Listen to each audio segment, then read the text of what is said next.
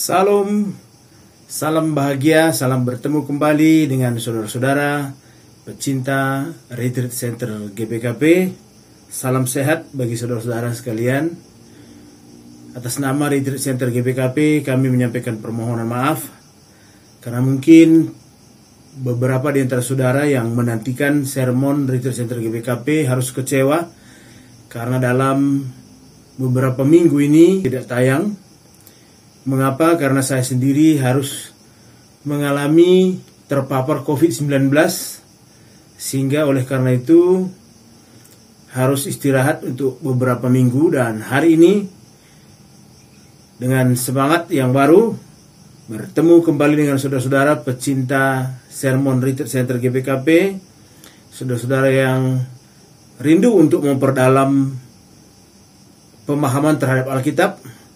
Apalagi saudara-saudara pelayan Tuhan yang akan menyampaikan firman Tuhan pada Minggu 18 Juli 2021. Baiklah saudara, tanpa membuang-buang waktu kita, marilah kita memasuki sermon Retreat Center GBKP untuk Minggu 18 Juli 2021. Kebetulan untuk minggu depan, nats Alkitab yang harus kita bahas adalah Kisah Para Rasul 19 ayat 11 sampai 20. Baiklah saudara, mari kita membuka Alkitab kita. Kami akan membacakan kepada kita Kisah Para Rasul 19 ayat 11 sampai 20. Demikian tertulis di dalam Alkitab. Oleh karena Paulus, Allah mengadakan mujizat-mujizat yang luar biasa. Bahkan orang membawa sapu tangan atau kain yang pernah dipakai oleh Paulus dan meletakkannya atas orang-orang sakit, maka lenyaplah penyakit mereka dan keluarlah roh-roh jahat.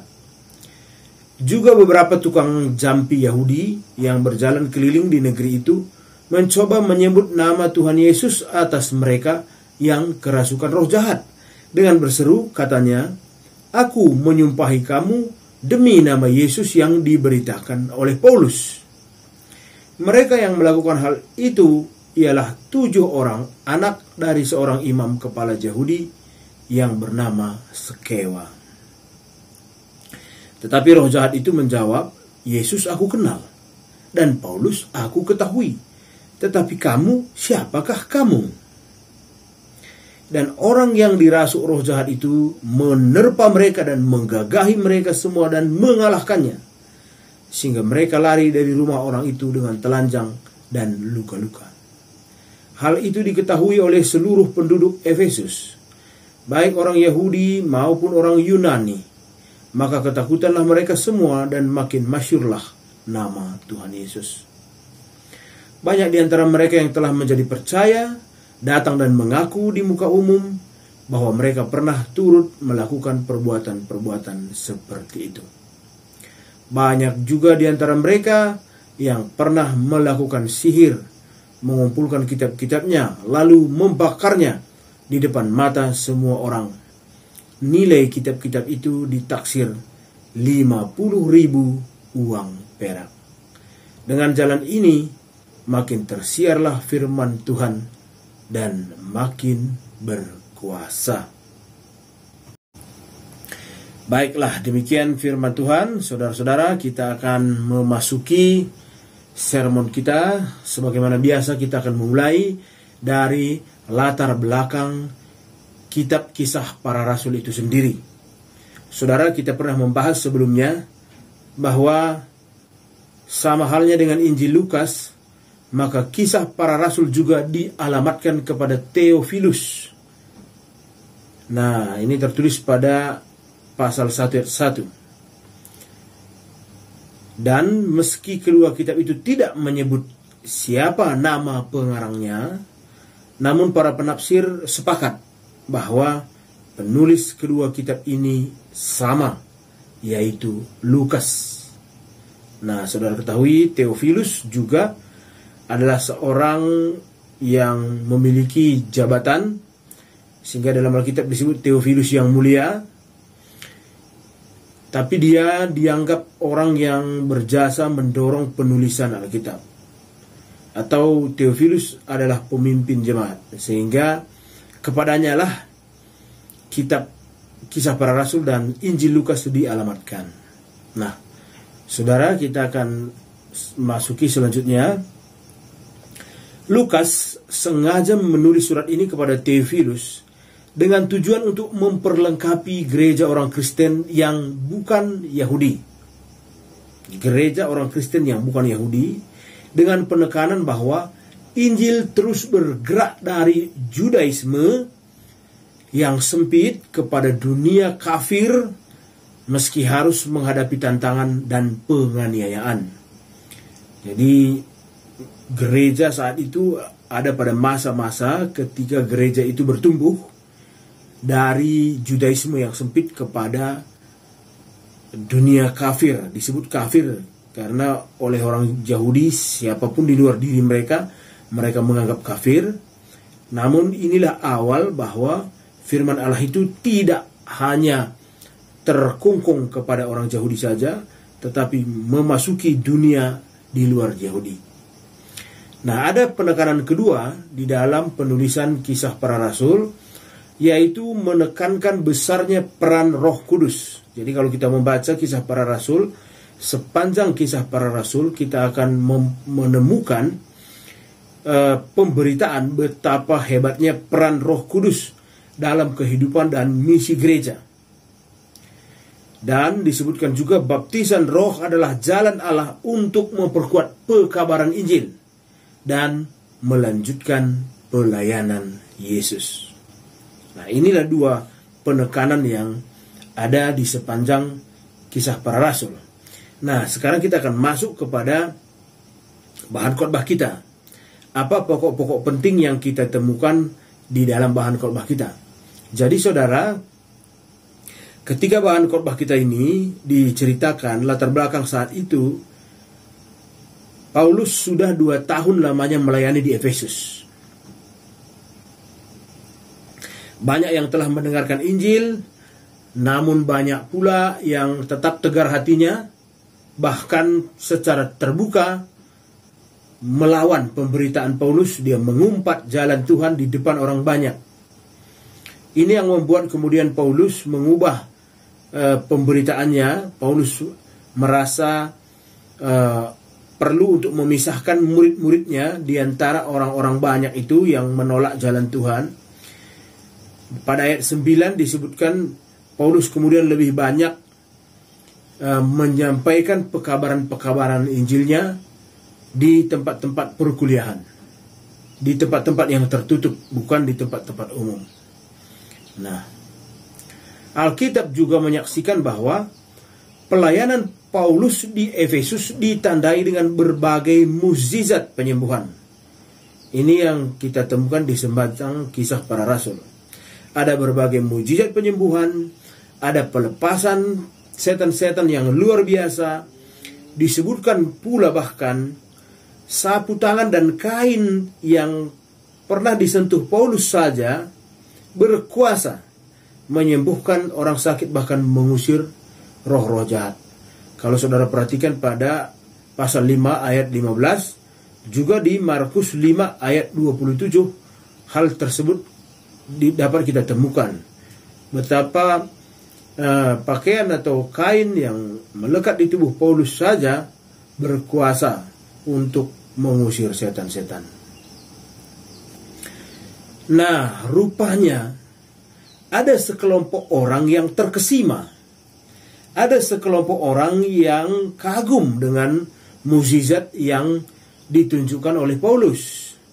Mukjizat kesembuhan, pengusiran setan yang Paulus kerjakan di dalam pelayanannya memancing perhatian banyak orang. Namun di balik ketersimaan itu muncullah motivasi lain. Ini selalu kita temukan di dalam pelayanan sepanjang sejarah gereja. Ada motivasi selain pekabaran Injil, yaitu motivasi uang atau keuntungan pribadi. Mereka berpendapat dengan meniru perbuatan Paulus, yaitu membuat tanda mukjizat dan mengusir setan di dalam nama Yesus, dapat menghasilkan keuntungan berupa uang. Ironisnya di antara mereka yang berpendapat demikian itu adalah 7 orang anak imam kepala orang Yahudi yang bernama Skewa. Nah, ini sangat ironi. Dan ini dapat kita sentuh di dalam khotbah kita. Bahwa tidak selalu anak orang-orang yang tulus bergereja atau anak orang-orang yang memiliki jabatan di gereja atau anak pelayan-pelayan Tuhan tidak serta-merta melakukan apa yang ayah mereka lakukan. Kita lanjutkan kembali. Ketika mereka, yaitu anak-anak Skewa ini dan juga orang-orang Yahudi yang berpendapat meniru cara pelayanan Paulus dapat menghasilkan uang, ketika mereka menemukan orang yang kerasukan roh jahat, mereka segera mengusir setan di tubuhnya dengan menyebut nama Yesus. Nah, apa yang terjadi kemudian? Alih-alih roh jahat itu meninggalkan tubuhnya, malah ia balik menghardik mereka. Karena roh jahat itu tidak mengenal mereka, sebagaimana mereka mengenal Yesus dan Paulus. Nah, ini juga menarik. Ternyata roh jahat itu mengenal Yesus dan mengetahui siapa Paulus. Tetapi kepada anak-anak Skewa ini mereka tidak mengenalnya. Karena itu roh jahat itu kemudian marah. Sebagaimana yang ada di gambar pada layar saudara.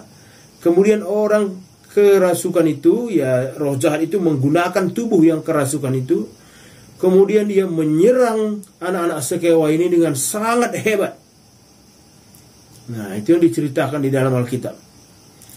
Kisah Rasul 19 ayat 16 menyebutkan orang yang dirasuki roh jahat itu menerpa mereka, menggagahi mereka semua dan mengalahkannya, sehingga mereka lari dari rumah orang itu dengan telanjang dan luka-luka. Nah, mungkin ini harus ada perhatian khusus karena kata menggagahi ini di dalam bahasa Indonesia dapat juga berarti lain. Nah, kita harus melihat bahasa aslinya. Kalau di dalam bahasa aslinya digunakan kata kurieo. Kata kurieo itu di dalam bahasa Inggris overpowered, become lord, atau dia menguasai. Jadi tidak ada makna seksualitas di sini. Jadi jangan sampai kita berpendapat ke arah itu. Karena bahasa asli kata kurieo itu mengatakan ia menerkam mereka lalu menguasainya. Artinya ketujuh orang itu tidak berdaya di bawah kuasa seseorang yang dirasuki roh jahat ini. Nah, Alkitab kemudian mengatakan mereka penuh luka dan telanjang karena memang hebatnya serangan itu. Sehingga ketujuh orang itu berlari meninggalkan rumah itu dengan penuh luka. Nah, itu yang terjadi di dalam Alkitab. Nah, berita tersebut kemudian berkembang luas dan mendorong orang semakin banyak menjadi percaya. Inilah penekanan khotbah kita yang harus kita sampaikan pada hari Minggu ini. Bahkan dituliskan bahwa buku-buku kitab sihir dibakar habis. Dan Alkitab merasa perlu menyebutkan berapa nilai dari semua buku itu kalau diuangkan. Alkitab menulis ditaksir 50.000 uang perak. Nah, saudara, uang perak itu adalah mata uangnya Yahudi yang mereka gunakan. Dia setara dengan dinar. Dinar itu mata uangnya Yunani. Jadi setara. Satu uang perak hampir sama dengan nilai 1 dinar. Nah, 1 dinar pada saat itu upah buruh tani dalam sehari. Nah, jadi kalau kita rupiahkan, kita dapat membayangkan berapa nilainya, karena kira-kira kalau di sekitar tempat ini, yaitu Sibolangit, sekitar sampai ke Tanah Karo, itu biasanya buruh tani dibayar per hari Rp75.000. Jadi kita dapat kalikan saja. Rp75.000 dikali 50.000 uang perak. Jadi kira-kira 3,75 miliar. Jadi saudara bisa bayangkan berapa banyaknya sebenarnya buku yang dibakar. Pertama yang kita temukan adalah betapa hebatnya orang-orang saat itu di Efesus mempercayai sihir-sihir, sehingga mereka harus membeli buku sebanyak ini. Ini yang pertama. Atau yang kedua, kita dapat temukan betapa hebatnya pengaruh kejadian ini kepada orang di Efesus, sehingga semakin banyak yang percaya, semakin banyak yang minta untuk dibaptis di dalam Roh Kudus. Nah, jadi fenomena yang terjadi setelah peristiwa anak-anak Skewa ini berdampak sangat luas dalam pekabaran Injil. Nah, saudara, sekarang kita tiba pada pesan khotbah. Kira-kira setelah melihat latar belakang peristiwa ini, apa saja pesan khotbah yang dapat saudara sampaikan? Yang pertama, kami menawarkan jangan pernah menggunakan nama Yesus dengan tujuan keuntungan diri sendiri, dengan tujuan uang, atau dengan tujuan kekayaan. Kita tahu sendiri bahwa tidak hanya di Indonesia, tapi di hampir semua belahan dunia, memperjualbelikan nama Allah, dalam tanda kutip yang memperjualbelikan nama Allah, itu menjadi bisnis yang menggiurkan. Karena ada dua hal yang paling berpengaruh mengubah manusia.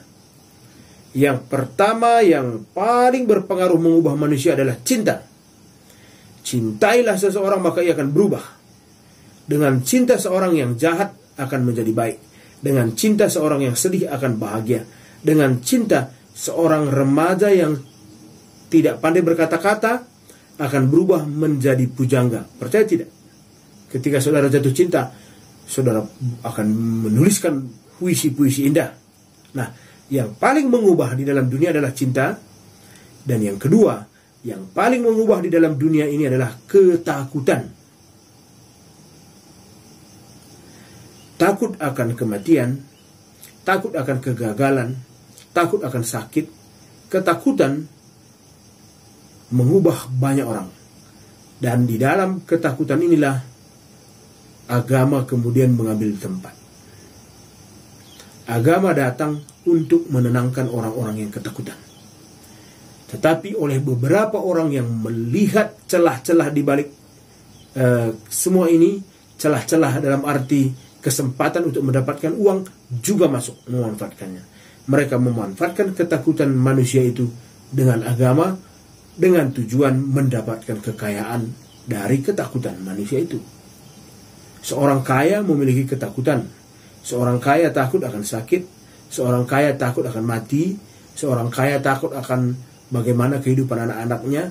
Lalu ulama mendekati mereka, lalu menenangkan orang kaya itu dengan niat mendapatkan kekayaannya. Ada juga yang demikian.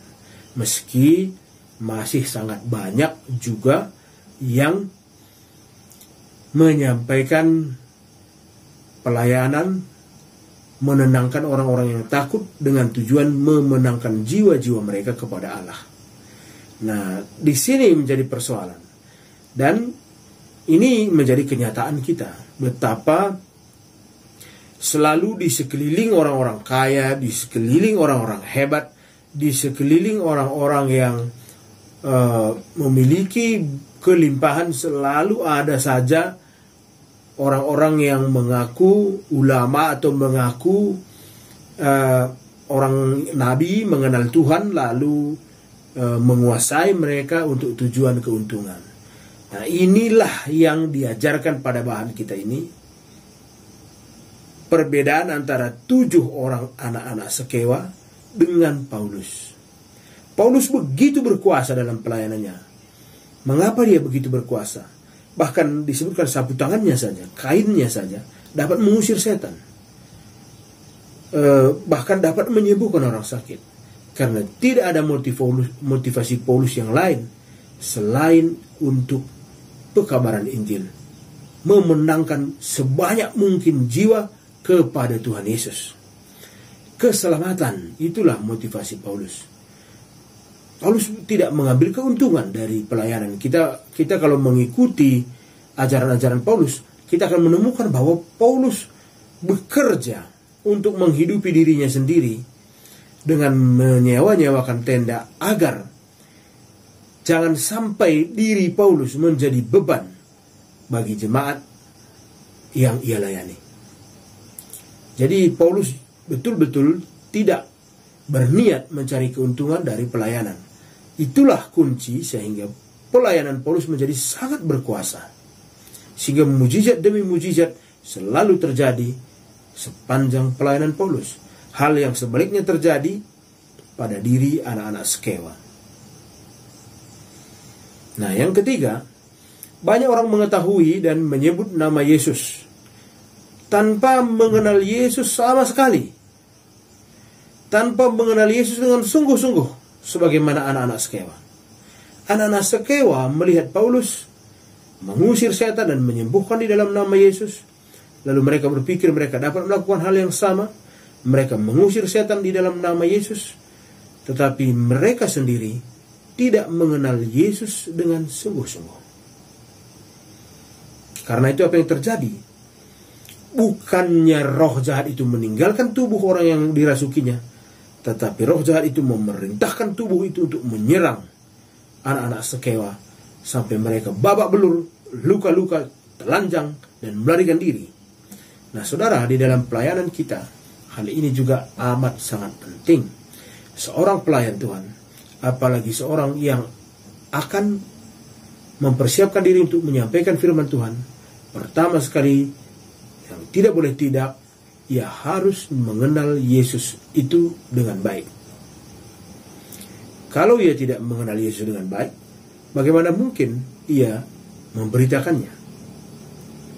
Jadi sama saja dengan analogi, umpamanya kalau saudara minta saya untuk mengantarkan saudara ke Eropa berjalan-jalan, tentu saudara memilih orang yang salah, karena saya sama sekali tidak berkunjung ke Eropa. Jadi ketika saudara mengajak saya untuk mengantarkan saudara ke Eropa, ini perbuatan yang keliru. Tapi kalau saudara mengajak saya untuk berjalan-jalan di wilayah pelayanan GBKP di Lubuk Pakam, umpamanya saya bersedia mengantarkan saudara, karena saya bekerja di Lubuk Pakam sekitarnya selama 17 tahun. Jadi 17 tahun cukup bagi saya untuk mengenal semua tempat di sana, karena saya melayani sampai ke desa-desa, pelosok-pelosok di sana. Jadi kalau saudara minta saya untuk mengantarkan saudara ke wilayah Lubuk Pakam, saudara memilih orang yang tepat. Demikian pula di dalam mengabarkan Injil. Bagaimana mungkin saudara memperkenalkan Yesus yang saudara sendiri tidak kenal? Ini mustahil. Bagaimana mungkin saudara mengusir kuasa-kuasa jahat di dalam nama Yesus ketika saudara sendiri tidak memiliki kedekatan yang khusus dengan Yesus? Saudara dapat diserang balik oleh kuasa-kuasa kejahatan itu. Nah, ini yang dapat saudara sentuh di dalam khotbah kita. Yang terakhir, yang keempat, memiliki ayah seorang imam kepala tidak membuat anak-anak Skewa mengikuti jalan ayahnya. Mereka mempelajari sihir dan mencari uang dengan nama Yesus. Nah, ini menjadi beban yang berat, terutama bagi kita yang memilih untuk menjadi pelayan Tuhan. Pendeta, penatua, diaken, atau pelayan-pelayan yang lain di dalam gereja, bahkan pelayan musik, song leader, atau pemimpin pujian, atau pelayan-pelayan yang lain di dalam gereja, tidak serta-merta menjamin anak kita akan menjadi orang-orang yang baik-baik seperti kita. Karena itu kita tidak boleh hanya menghabiskan waktu dan pikiran kita untuk melayani jemaat tanpa menyediakan waktu dan pikiran kita untuk anak-anak kita dan istri atau suami. Begitu banyak anak-anak dari pelayan Tuhan, istri atau suami dari pelayan Tuhan, pasangan hidup mereka tidak merasakan kebahagiaan bersuamikan atau beristrikan seorang pelayan Tuhan, karena pelayan Tuhan tersebut menghabiskan waktunya untuk melayani orang lain, tapi melupakan untuk melayani keluarganya sendiri. Nah, pakailah kesempatan khotbah ini kepada setiap pelayan Tuhan untuk juga melakukan hal yang sama kepada keluarga mereka. Di hadapan keluarga mereka, memang mereka adalah suami, istri, ayah, atau ibu, saudara. Dan mereka bertanggung jawab juga untuk melayani mereka. Nah, demikianlah saudara-saudara firman pada minggu 18 Juli ini. Semoga persiapan singkat yang dapat kami bagikan ini dapat menambah referensi saudara untuk semakin lagi berkuasa menyampaikan firman Tuhan. Sebagai penutup, kami tidak pernah bosan untuk menyampaikan kepada setiap pengkhotbah, berkhotbahlah dengan setia kepada teks. Karena berkhotbah dengan setia kepada teks atau nats Alkitab, khotbah saudara menjadi amat berkuasa. Sampai bertemu kembali pada sermon minggu yang akan datang. Tuhan Yesus memberkati.